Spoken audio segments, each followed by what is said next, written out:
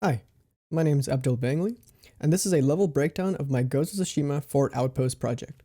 This project came about after finishing my platinum playthrough of Ghost of Tsushima, and I was really taken away by the gorgeous environments, the mesmerizing soundtrack, and the superb combat system.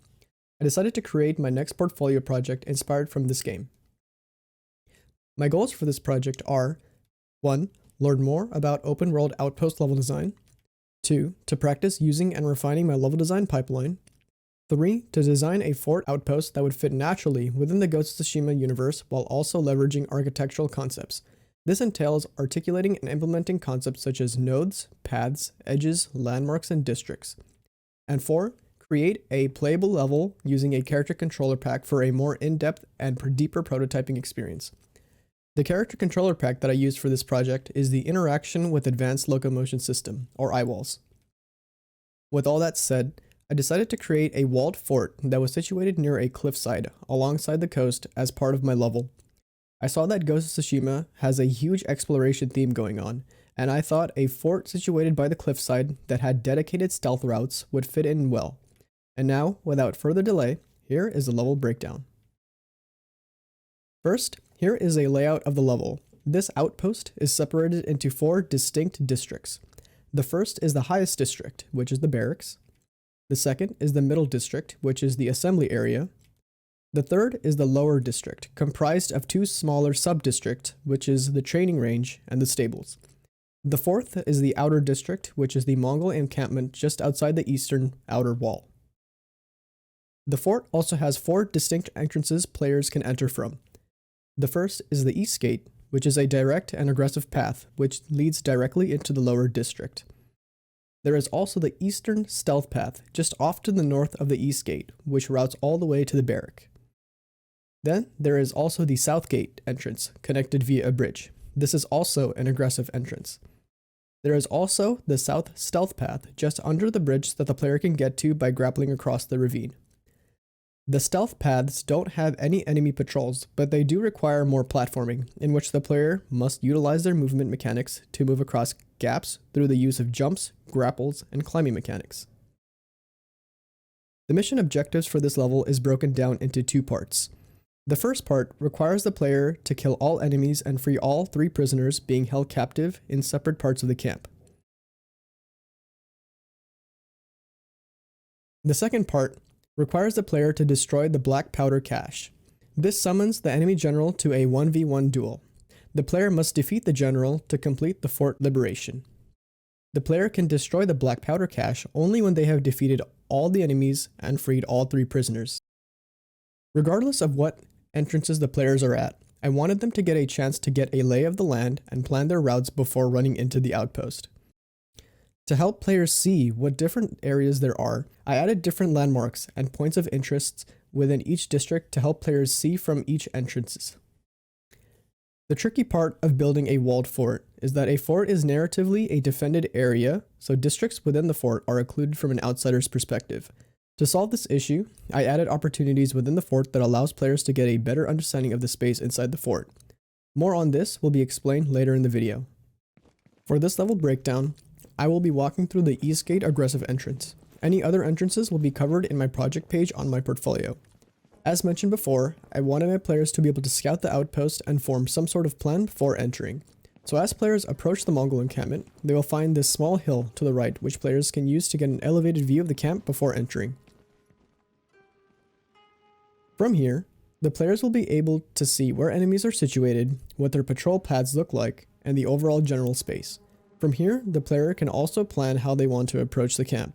They see on the left and right the main roads that lead into the camp, but they also see gaps in the walls that allow them to sneak into the area.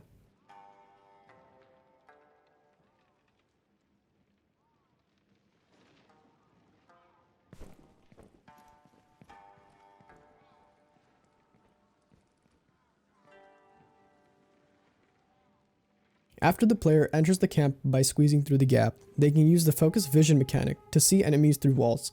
This allows the players to see enemies that are indoors and occluded from the outside view. They can plan their next move after obtaining this new information.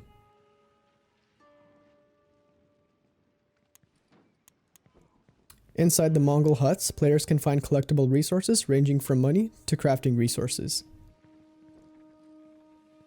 Right here, I wait for the enemy to come closer before I move in for the assassination.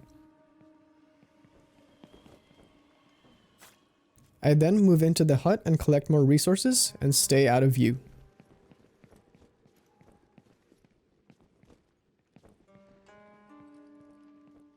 If enemies see the dead body of their fellow comrade, they will enter into an aggressive state and begin searching for the player.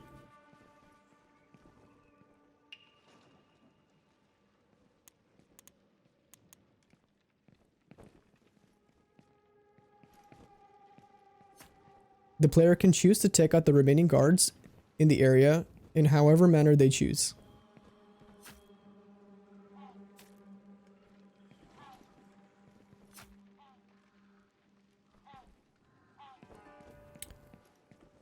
The player can also use their bow to eliminate any other threats that can't initially be reached by the player.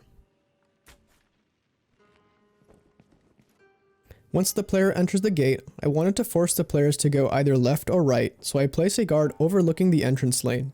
If the player chooses to go forward, they will be spotted by the guard who will alert all the other enemies in the immediate area.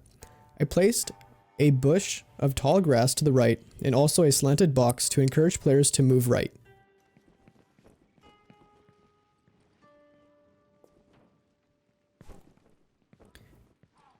Players can use these hatches to move in and out of the stables as a tool to stealth their way through the area and avoid detection from the guards.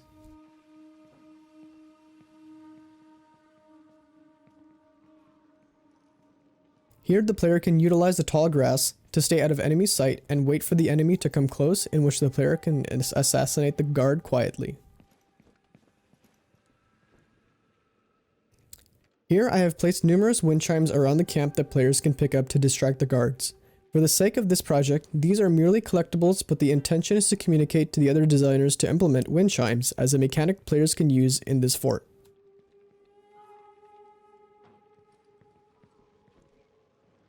Here the player can see one of the prisoners that they need to free.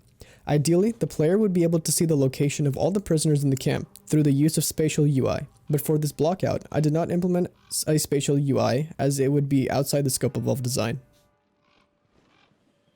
I wait for the guard to get closer to me, in which I then get up to the top of the stables using these boxes and assassinate it from up top.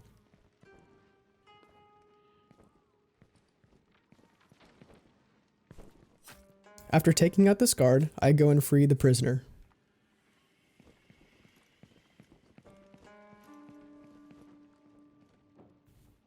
I climb up top and use my bow to eliminate this guard overlooking the districts.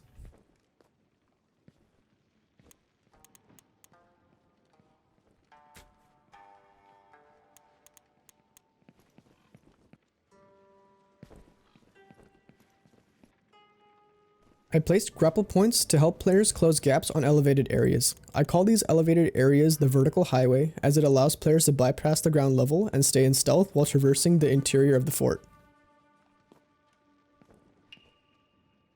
From here, the player can get a closer view of the training range district, with the guards practicing their bow and arrow skills. The player can also see their other objective, which is another prisoner.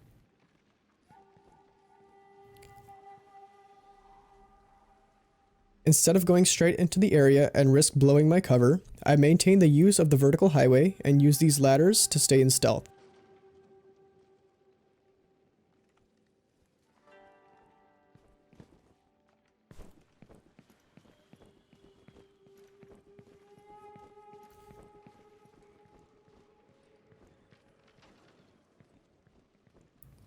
I climb up to the top of this watchtower and take out the archer.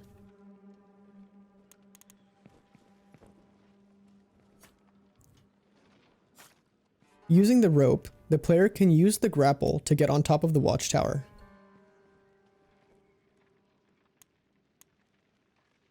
From here, the player will be able to get a better understanding of the immediate surrounding area. They will also see a sneak peek of the next districts they need to go to, as well as the different paths the players can take to get there.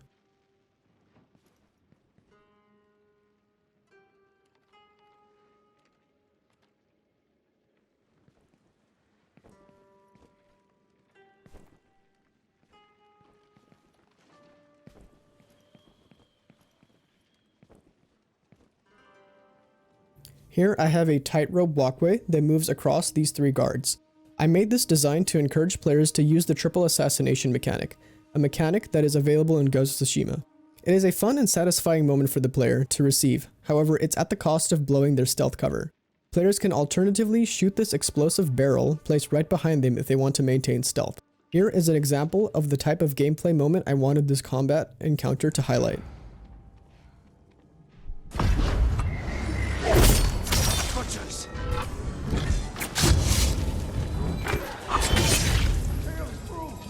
After I perform a triple assassination, I take out the remaining guards in the area and collect some loot, and then I free the second prisoner.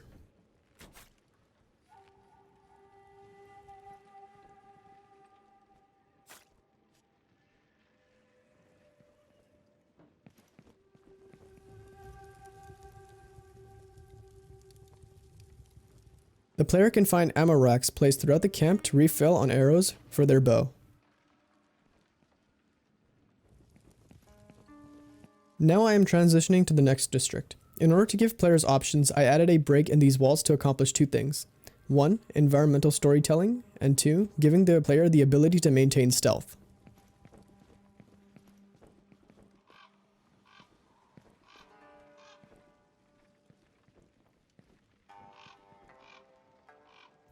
As players enter the new area, they can use focus vision to get an idea of where enemies are in the area so they can plan where to go next.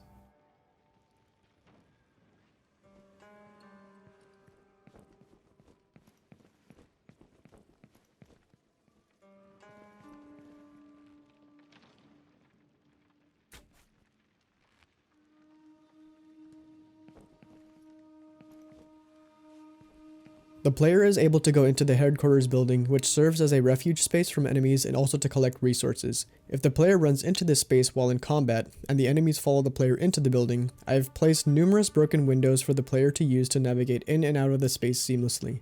This helps to prevent frustrating experiences such as combat tangling.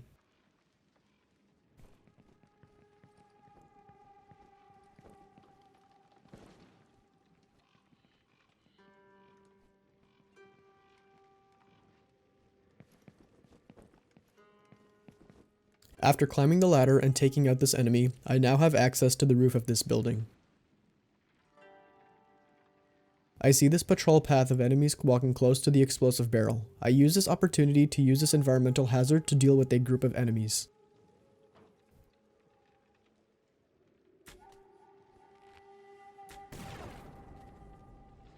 I climb to the top of the roof of this building. This gives me a complete 180-degree view of the entire fort.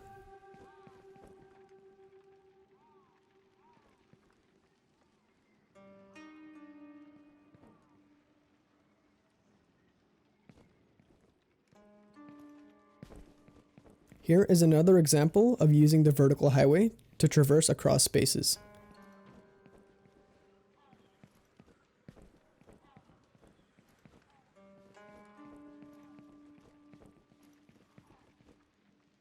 Here we can see our third and final prisoner.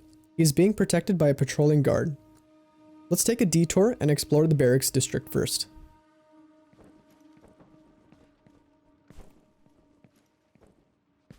The player can use the fort's walls to jump onto the roof of the barracks. The barracks have hatches that the players can use to get in and out of the buildings.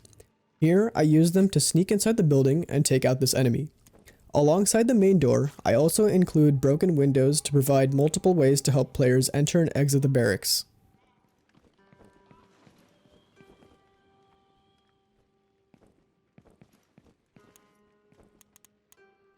After taking out the secluded guard, the player can find another one of many wind chimes the players can collect to use against more enemies.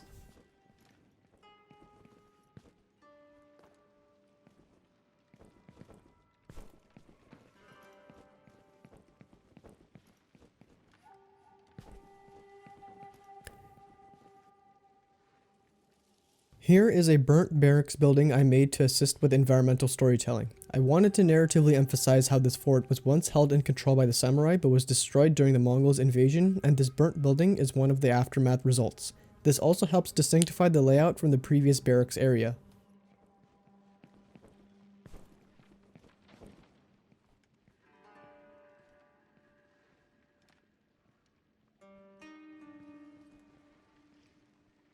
After I climb this watchtower and take out the archer, I grapple up top to get another view of the surrounding area. Players can easily see more enemies and their patrol paths and use this information to plan their next move.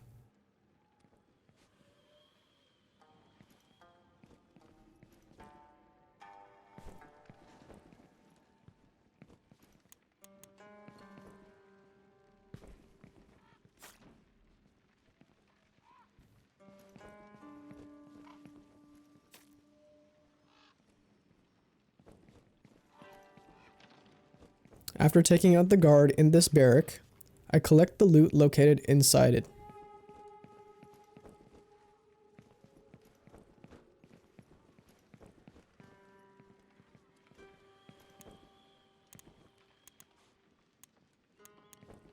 Here is another example of using an environmental hazard to deal with enemies.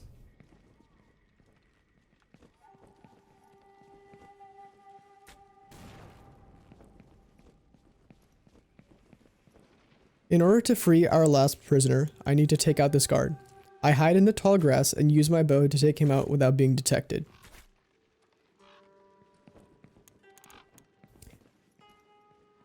After freeing the last prisoner, the player is instructed to blow up the black powder cache. Blowing up the black powder cache draws out the Mongol army general, whose attention was caught by the surrounding flame caused by the explosion. The general is now fighting the player in a 1v1 duel, similar to the duels found in Ghost of Tsushima. I wanted to make this duel unique from all the other duels with this ring of fire that the player is trapped in, which increases the tension of the fight. As the climax and most engaging portion of this mission, the general will have more health than the standard enemies and will test and challenge the player's skills and sword fighting abilities. Once the general has been eliminated, a cutscene will play showing the local villagers and Japanese rebels moving back into the now liberated fort. And with all that said, this marks the end of the level breakdown. Any concepts that I might have missed will be in the project page on my portfolio. Thank you for watching, and please feel free to take a look at my other level design projects that I've worked on my website listed down in the description.